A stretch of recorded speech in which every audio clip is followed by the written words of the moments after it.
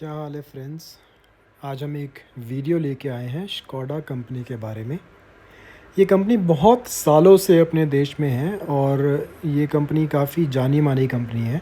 Volkswagen group के अंदर आती है, जिनके ग्रुप के अंदर ऑडी भी आती है, बुगाटी भी आती है और बहुत सारी कंपनियां हैं स्कोडा के अलावा। तो ये उनमें से एक कंपनी है जिसके बारे में आज हम कुछ बातें करना चाहते हैं। ये एक स्कोडा ऑक्टाविया MK2 है, जो कि इंडिया में स्कोडा लोरा के नाम से भी जानी जाती है। तो आज हम ये वीडियो आपके लिए लेके आए हैं। चलिए कहीं पे आराम से रुकते हैं और इस गाड़ी के बारे में बात करते हैं। प्लीज़ इस वीडियो के अंत तक बने रहिएगा। एक एक चीज़ बहुत इम्पॉर्टेंट है इस वीडियो में। तो चलिए शुरू करते हैं। यार फाइनली एक अच्छी जगह मिल गई जहाँ हम रोक के थोड़ी सी बात कर सकते हैं। यार इतना चश्मा आता तो यार काफ़ी ऐसा लग रहा है कि मैं कोई शूट के लिए बैठा हूँ। Sorry guys. और बताए गाड़ी चलाते हुए एक इंसिडेंट हो गया यार। मेरा ये स्पाइडर मैन गिर गया नीचे। मतलब इतने सालों से मेरा साथ दिया है इन भाई साहब ने। मतलब हो गए होंगे 4-5 साल इनको मेरी गाड़ी में यहीं लटके रहते थे। आपने शायद वीडियो में भी देखा भी होगा। और ये टूट के गिर के इतना दुख हो रहा है ना यार। मतलब क्या ही बोले। चलो छोड़िए, इनको बैठा देते फिलहाल यहाँ पे। तो यार हाँ, क्वेश्चन यार पता है बहुत लोग मुझसे क्वेश्चन पूछ रहे थे कि क्या स्कोडा एक रिलायबल ब्रांड है। बिकॉज क्वेश्चन क्यों आया, बिकॉज अभी आपको पता है कि स्कोडा की लेटेस्ट गाड़ी कुशाक लॉन्च हुई है, जो कि एक प्राइस ब्रैकेट में है 10 लाख से 18 लाख तक के प्राइस ब्रैकेट में है। तो एक काफ़ी कॉम्पिटिटिव प्राइस है वो। हाउएवर उतने फीचर्स नहीं है जो उसके कॉम्पिटिटर जो कोरियन सिबलिंग्स जो फीचर्स देते हैं, उतने फीचर्स गाड़ी में नहीं है। बट कोई फीचर कम भी नहीं है उसमें। तो चलिए इसी के बारे में बात करते हैं। आई हूँ ना स्कोडा लोरा, जैसा आपको मैंने बताया।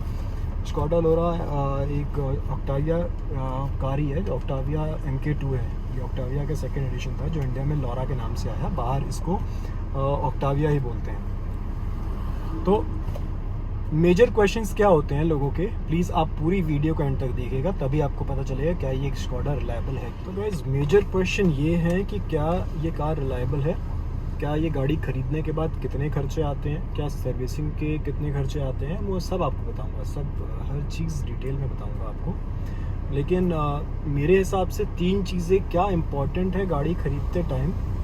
First is your safety. जान है तो जहान है, तो सेफ्टी बहुत इंपॉर्टेंट चीज़ है।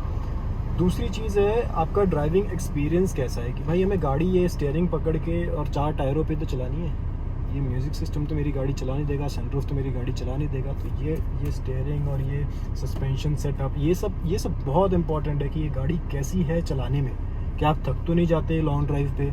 तो ये बेसिकली एक इम्पॉर्टेंट फैक्टर है। और तीसरा इम्पॉर्टेंट फैक्टर मुझे लगता है कि रिलायबिलिटी, जिसके बारे में ये पूरी वीडियो ही है, कि क्या ये गाड़ी रिलायबल है, कहीं रोड पे धोखा तो नहीं देती। इतनी महंगी गाड़ी लेने के बाद क्या रोड पे कहीं खड़ी तो नहीं हो जाती, टो करके तो नहीं ले जाना पड़ता। तो ये बहुत सारे फैक्टर्स होते हैं। इसके अलावा आजकल फ्यूल प्राइसेस इतने हाई है, 100 रुपये से ऊपर पेट्रोल के प्राइसेस जा चुके हैं। डीजल गाड़ियाँ मार्केट में आना बंद हो रही हैं धीरे धीरे, जो कि बहुत ही दुख वाली बात है।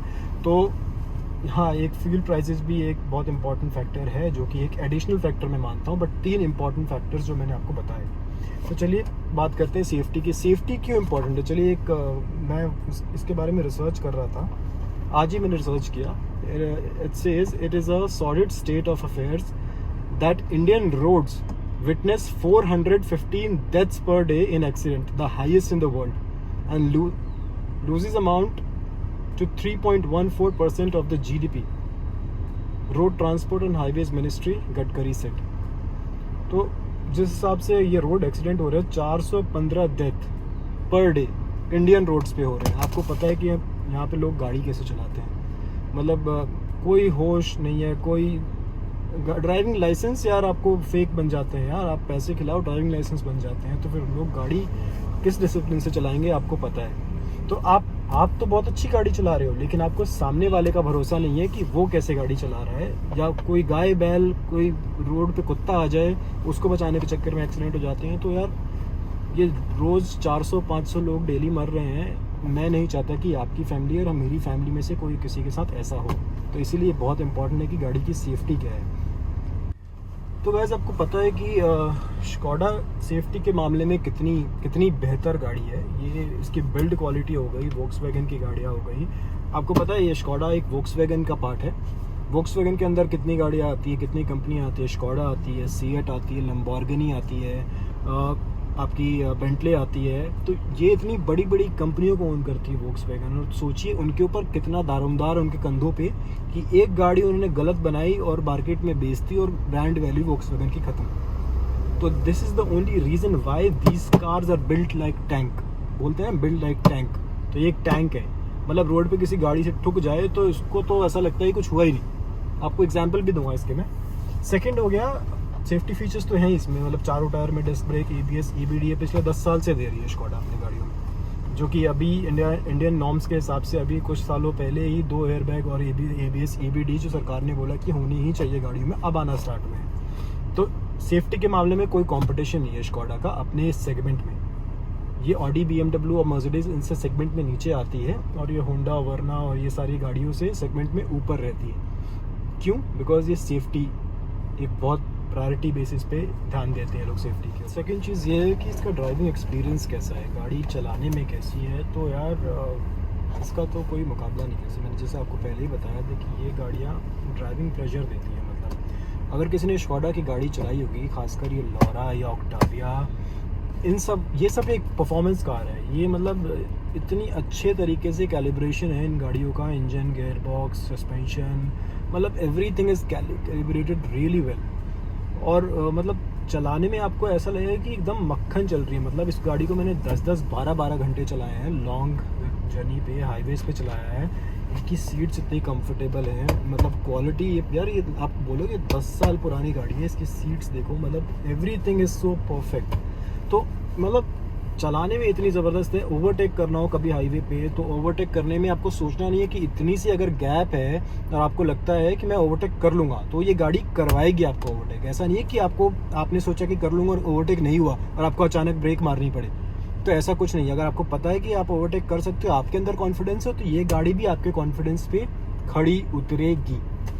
तो दूसरी चीज़ ये हो गई। तीसरा हो गया कि सिटी में ड्राइविंग एक्सपीरियंस कैसा है। तो सेडान तो आपको पता है सिटी में कितनी आराम से चलती है। मतलब एक तो ऑटोमेटिक गियर बॉक्स है, DSG, तो इतना फ़ायदा है ना इस गियर बॉक्स का। मतलब बार बार वो क्लच दबाने की प्रॉब्लम नहीं है। आप आराम से अपने हैंडल, स्टीयरिंग पकड़ो और गाड़ी चलाओ, मतलब आराम से मैनूवर कर सकते हो इसका स्टीयरिंग एकदम लाइट है। सिटी में हाई स्पीड पे एकदम ये हैवी हो जाता है स्टीयरिंग, जो कि आपको एक कॉन्फिडेंस देता है अंदर। तो ये इसका ड्राइविंग एक्सपीरियंस है। और तीसरा है कि रिलायबिलिटी, मतलब क्या ये स्कोडा कार्स रिलायबल होती है? तो भाई मुझे तो लगता है कि रिलायबल है। मेरे फ्रेंड्स के पास भी स्कोडा है। मतलब आज तक ये गाड़ियाँ आपको बहुत ही कम दिखेंगी। मतलब ऐसा नहीं बोल रहा हूँ कि गाड़ी कहीं खड़ी नहीं हो जाती, बट बहुत मिनिमम चांसेस है, बहुत रेयर है कि स्कोडा, वोक्सवैगन की गाड़ियाँ आपको रोड पे खड़ी दिखेंगी जिनका बॉनेट खुला हुआ है, धुआं निकल रहा है, या फिर इंजन में कुछ प्रॉब्लम आ गया इसलिए गाड़ी खड़ी है। मतलब ये गाड़ियाँ एकदम परफेक्ट है। मतलब रिलायबल कार्स बोलते हैं ना कि आपने एक बार ख़रीद ली तो आप बस बेफिक्र हो जाओ। अब इसके बाद इसका रीज़न भी आपको बताता हूँ कि आपको गाड़ी, मतलब लोग बोलते हैं कि खर्चे बहुत आते हैं, गाड़ी क्यों रिलायबल? मैं इसलिए बोलता हूँ क्योंकि मैंने इस गाड़ी की सारी सर्विसिंग टाइम पे कराई है। मतलब एक सर्विसिंग इसकी 12 से 14 हज़ार रुपये में पड़ती है। तो आप 10 सर्विस लगा लो, कितने हुए? ज़्यादा से ज़्यादा आपके 1.5 लाख रुपए खर्च हो जाएंगे। 1.5 लाख रुपए 10 साल के। क्या आपको लगता है कि 1.5 लाख रुपए ज़्यादा है? अगर आप ये गाड़ी खरीद सकते हो तो 1.5 लाख रुपए भी तो खर्च कर सकते हो ना। आपको लगता नहीं है कि आप ये 10,000 रुपये की सर्विसिंग साल में एक बार करा सकते हो, 14,000 रुपये की सर्विसिंग साल में एक बार करा सकते हो? अगर आपने ये सारी सर्विसिंग जो कि मैन्युफैक्चरर ने बोली है कि टाइम पे कराओ, और आप वो टाइम पे कराते हो 15,000 पे या फिर 1 साल पे, जो भी आप इसकी सर्विसिंग कराते हो, अगर आप कराते हो तो आपके कोई पैसे नहीं फूकेंगे यार, कोई हाथ ही नहीं है। एक नॉर्मल गाड़ी है। आप जितना इसका ध्यान रखोगे उतना ही आपका ध्यान रखेगी। तो अब सवाल उठता है कि क्या आपको कुशाक लेनी चाहिए?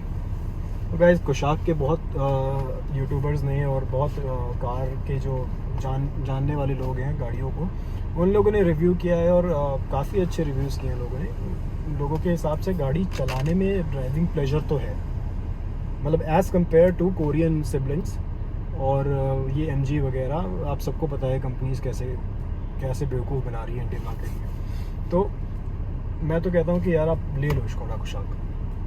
और आप ले लो और आप उसको चला के देखो, एक बार आप उसका टेस्ट ड्राइव कर लो, चला के देखो, आप अपने आप आपको पता चल जाएगा कि गाड़ी कैसी है।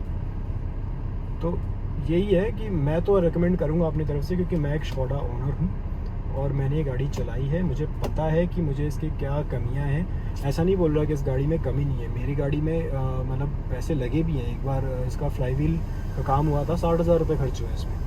तो ऐसा नहीं कि पैसा लगता है तो मोटा लगता है भाई, क्योंकि ये गाड़ी जो थी ये डिसकंटिन्यू हो गई थी 2013 में, उसके बाद नई वाली ऑक्टाविया आ गई थी। तो इसके पार्ट्स बहुत महंगे हैं, इसके पार्ट्स औरंगाबाद महाराष्ट्र में जगह है, वहाँ से आते थे इसके पार्ट्स, और कुछ पार्ट्स जर्मनी से आते थे, तो आने में टाइम लग जाता था, सर्विसिंग उतनी अच्छी नहीं थी। बट जिस हिसाब से स्कोडा ने इम्प्रूव किया है, वोक्सवैगन ने इम्प्रूव किया है अपनी सर्विसिंग को, इन्होंने सर्विस चार्जेस पे डिस्काउंट देना स्टार्ट कर दिया है, आपके लेबर चार्जेस पे डिस्काउंट देना स्टार्ट कर दिया, काफ़ी कंपटीशन में आ गया आजकल। एक नॉर्मल हैरियर की सर्विसिंग जितनी की होती है उतनी ही एक स्कोडा की सर्विसिंग होती है। तो टाटा और स्कोडा मतलब ज़मीन आसमान का फ़र्क था पहले, और अभी एकदम बराबरी पे आ गए हैं। तो वही है कि मैं कंपेयर नहीं कर रहा हूँ किसी भी कंपनी से, हर कंपनी अपनी अपनी जगह पे अच्छी है, हर गाड़ियाँ अपनी अपनी जगह पे अच्छी है। लोगों ने बहुत जांच पड़ताल करके अपने बजट के हिसाब से गाड़ियाँ खरीदी है। मैं किसी को नहीं बोल रहा हूँ कि ये गाड़ी ख़राब है, ये गाड़ी अच्छी है, ये मत लो, ये ले लो, ये मत लो, ये ले लो। ये मेरा पर्सनल ओपिनियन है स्कोडा के बारे में, और जो लोग स्कोडा ओन करते हैं वो मुझसे एग्री करेंगे इस चीज़ के ऊपर। तो बस यही है इस वीडियो के बारे में, बाकी और भी बात करेंगे स्कोडा के बारे में। आपको बहुत सारी चीज़ें बतानी है, मेरे बहुत सारे इंसिडेंट्स हैं एक्सीडेंट के, वो मुझे बताने हैं। मेरे जो 2-3 एक्सीडेंट हुए हैं उसमें कैसे इस गाड़ी ने परफॉर्म किया है, इसकी सेफ्टी ने क्या रोल प्ले किया है, क्या ये गाड़ी रिलायबल थी उस टाइम पे, क्या मेरा ड्राइविंग एक्सपीरियंस था उस टाइम पे, ये सब आपको बताऊंगा। आप मेरे साथ जुड़े रहें और इस वीडियो को देख रहे हैं आप अंत तक, तो आपको पता है कि अगली वीडियो भी आने वाली है। तो अगली वीडियो इसी के बारे में है कि जो मेरे एक्सीडेंट्स वगैरह हुए हैं इस गाड़ी से, उसके बारे में कुछ डिटेल्स आपको दूंगा। जो मेरे पास पुरानी क्लिप्स वगैरह हैं वो इसमें अटैच कर दूंगा आपके लिए। तो प्लीज़ अगर आप चैनल पे नए हैं तो सब्सक्राइब करें और इस चैनल को आगे बढ़ाएं, क्योंकि मेरा एक ही मकसद है कि मैं आपको जितनी लेटेस्ट इन्फॉर्मेशन हो सके गाड़ियों के बारे में और गाड़ियों के बारे में फैक्ट्स, ये आपके साथ शेयर करूं। और ये आपको मेरे इंस्टाग्राम पेज पे मिल जाएगा। ऊपर आपको मेरे इंस्टाग्राम का एक नीचे डिस्क्रिप्शन पे लिंक दे रहा हूँ मैं, उस लिंक पे जाके मुझे इंस्टाग्राम पे फॉलो करिए, और ऊपर आई बटन पे आपको मैं दूसरी वीडियो का लिंक भी शेयर कर दूँगा। तो thank you so much guys, thank you from my spidey. इस वीडियो का उद्घाटन होते ही इन भाई साहब का खात्मा हो गया, बट देखते हैं, क्या पता मुझे कोई दूसरा स्पाइडी मिल जाए या फिर मैं इसी का कोई जुगाड़ करके गाड़ी में लटका लूँ। So please I request all of you to subscribe this channel. वो जो रेड बटन है प्लीज़ उसको फोड़ दो, सब्सक्राइब कर दो, जैसे करना है भाई। पैसे तो लगते नहीं है किसी के, और ना ही मैं आपसे पैसे मांग रहा हूँ सब्सक्राइब करने में, तो प्लीज़ कर दो यार। एक इंडियन चैनल को तो आप आगे बढ़ा ही सकते हो ना। इतने सारे आप लोगों ने अमेरिकन चैनल्स जो इंडिया के बारे में रिव्यू करते हो, उन लोगों को आप आगे बढ़ा रहे हो, उनकी वीडियोस देख रहे हो, तो यार एक इंडियन बंदे की इंडियन चैनल को भी तो आगे बढ़ाओ, ताकि हम दिखा सकें कि भाई हम इंडियन लोगों में भी दम है। और गाड़ियों की इन्फॉर्मेशन तो आपको मिलेगी, ये मेरा प्रॉमिस है, ये मेरी गारंटी है कि हर एक इन्फॉर्मेशन आपको मैं सही दूंगा, पूरी रिसर्च करके दूंगा और सही दूंगा। तो इसी के साथ आज की वीडियो को ख़त्म करते हैं। Thank you so much guys, love you all, जय हिंद।